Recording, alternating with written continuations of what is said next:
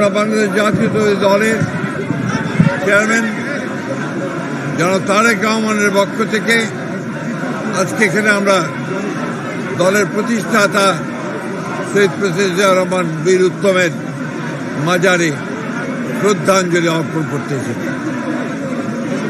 আজকে তারই পাশে শুয়ে আছেন আমাদের আর একজন এখনো জন্মা অপরাজেয় নেত্রী, মহিষী নেত্রী, যিনি তার সারাটা জীবন বাংলাদেশের গণতন্ত্র, স্বাধীনতা ও সার্বভৌমত্বের জন্য লড়াই করে তার জীবন উৎসর্গ করেছেন। শহীদ প্রেসিডেন্ট জিয়া রহমান বাংলাদেশের রাজনীতিতে একটি এমন নাম, যে নাম প্রতি মুহূর্তেই স্মরণ করতে হয়, যিনি বাংলাদেশের স্বাধীনতা ঘোষণা করেছিলেন এবং পরবর্তীকালে বাংলাদেশে গণতন্ত্রকে এবং বহুদলীয় গণতন্ত্রকে তিনি পুরো প্রবর্তন করেছিলেন। সংবাদপত্রের স্বাধীনতা নিশ্চিত করেছিলেন, বিচার বিভাগের স্বাধীনতাকে নিশ্চিত করেছিলেন এবং অর্থনীতিতে একটা বটমলেস বাস্কেটের অভিত হওয়া বাংলাদেশকে সমৃদ্ধির অর্থনীতিতে পরিণত করেছিলেন।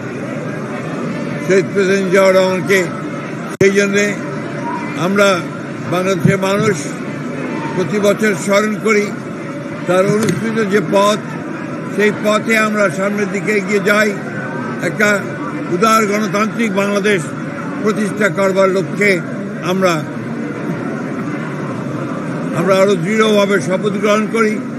এবং আজকে যখন ফেব্রুয়ারি মাসে 12 তারিখে নির্বাচন ঘোষিত হয়েছে, একটা ছাত্র গণতার অভ্যুত্থানের মধ্য দিয়ে যখন ফ্যাসিস্ট হাসিনা পালিয়ে গেছে, তখন আবার নতুন করে একটা ধ্বংসপ্রাপ্ত অর্থনীতির বাংলাদেশকে গড়ে তোলার জন্য, গণতন্ত্রকে প্রাতিষ্ঠানিক রূপ দেওয়ার জন্য আমরা আজকে এখানে শপথ নিয়েছি।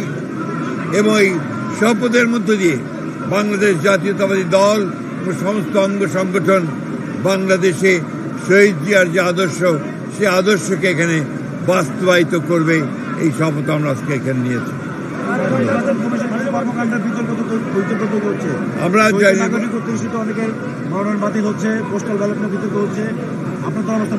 এটা বরাবরই আপনার নির্বাচন কমিশনের যখন বাছাই হয় তখন কিছু সমস্যা থাকে, এটা নতুন কোনো ব্যাপার না।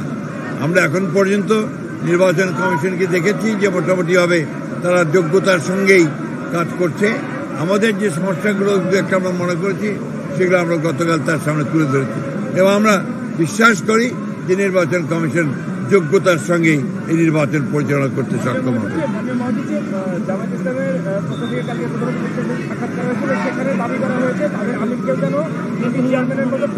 এটা তাদের ব্যাপার, এটা আমাদের ব্যাপার নয়। আজকে এই জন্য আমরা এখানে সরি না আমাদের কাছে এই ধরনের কোনো অভিযোগ নেই।